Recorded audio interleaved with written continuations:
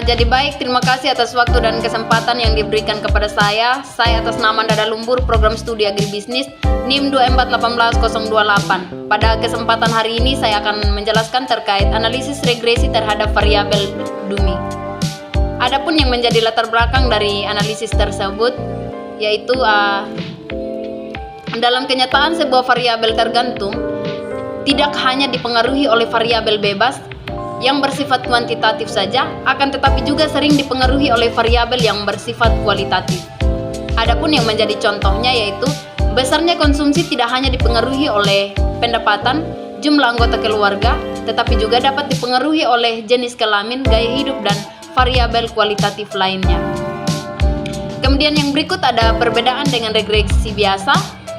Yang pertama itu regresi biasa hanya membahas tentang analisis terhadap variabel-variabel kuantitatif saja dengan rumus Y sama dengan A tambah BX tambah elemen. Terus yang kedua, regresi variabel DUMI yang membahas analisis terhadap variabel kuantitatif dan juga variabel kualitatif saja dengan rumus Y sama dengan A tambah B DI tambah E.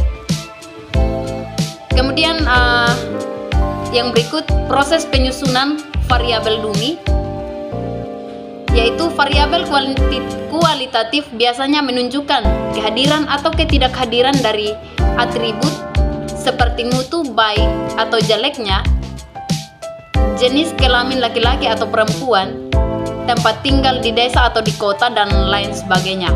Maka metode untuk mengkuantitasikan atribut itu adalah dengan jalan membangun variabel buatan, yaitu DUMI variabel yang mengambil nilai 0 dan 1, di mana nilai 1 menunjukkan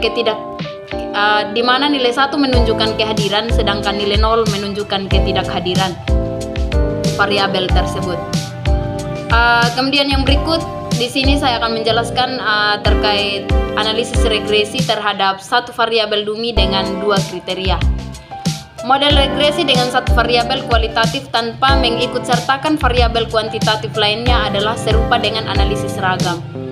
Persamaan regresi variabel DUMI dua kategori yaitu dengan rumus Y sama dengan A tambah B D1 tambah E, di mana Y adalah nilai yang diramalkan, A konstanta, B koefisien regresi untuk D1, dan D1 adalah variabel DUMI dengan dua kategori dan E itu adalah nilai residu. Kemudian yang berikut ada persamaan regresi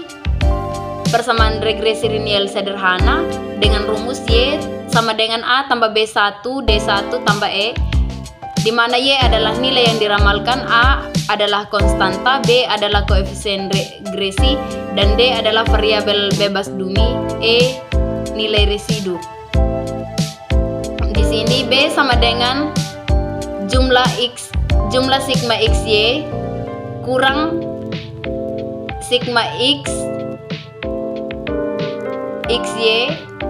Yang berikut saya akan menjelaskan terkait contoh kasus. Seorang peneliti akan meneliti apakah ada pengaruh jenis kelamin terhadap pengeluaran. Untuk keperluan tersebut diambil sampel secara acak sebanyak 10 orang yang terdiri dari 5 mahasiswa dan 5 mahasiswi. Kemudian pemecahannya yaitu yang pertama judul, di mana pada judul ini menjelaskan pengaruh jenis kelamin terhadap pengeluaran. Kemudian yang kedua pertanyaan penelitian, di mana apakah terdapat pengaruh jenis kelamin terhadap pengeluaran. Dan yang ketiga itu hipotesis yang membahas terdapat pengaruh jenis kelamin terhadap pengeluaran. Untuk analisis dari data tersebut diperlukan perhitungan. Yang pertama itu persamaan regresi, yang kedua nilai prediksi, dan yang ketiga itu koefisien determinasi, yang keempat kesalahan baku estimasi, yang kelima kesalahan baku koefisien regresinya, yang keenam nilai F, ketujuh nilai T, dan yang kedelapan kesimpulan.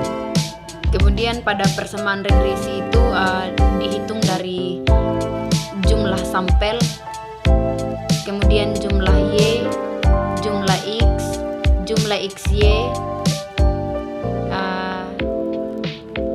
dan jumlah X kuadrat, dan yang terakhir itu jumlah Y kuadrat. Di sini ada dia punya penyelesaian, yaitu B sama dengan jumlah sampel dalam kurung sigma xy kurang dalam kurung sigma xy, kemudian dibagi lagi dengan jumlah sampel dalam kurung sigma x kuadrat kurang dalam kurung sigma x. Jumlah sampel tadi dari jadi B sama dengan 10 kali 106,4 kurang 5 kali 196,4 dibagi 10 kali 5 kurang 5 kuadrat sama dengan 3,28. Kemudian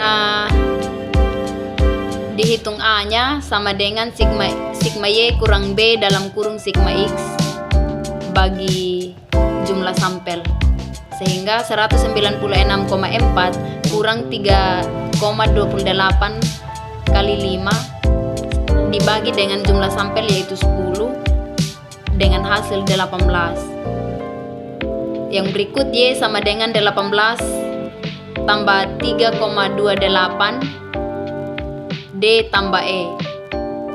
Yang berikut masuk pada nilai prediksi. Yang pertama itu berapa besar konsumsi harian mahasiswi, sehingga 18 tambah dalam kurung 3,28 sama dengan 18. Dan yang berikut itu berapa besar konsumsi harian mahasiswa. 18 tambah dalam kurung 3,28 kali 1 sama dengan 1,28. Nilai prediksi tersebut dihitung dari jumlah X kali Y, jumlah X kuadrat, jumlah Y kuadrat, jumlah Y prediksi, kemudian jumlah Y kurang Y prediksi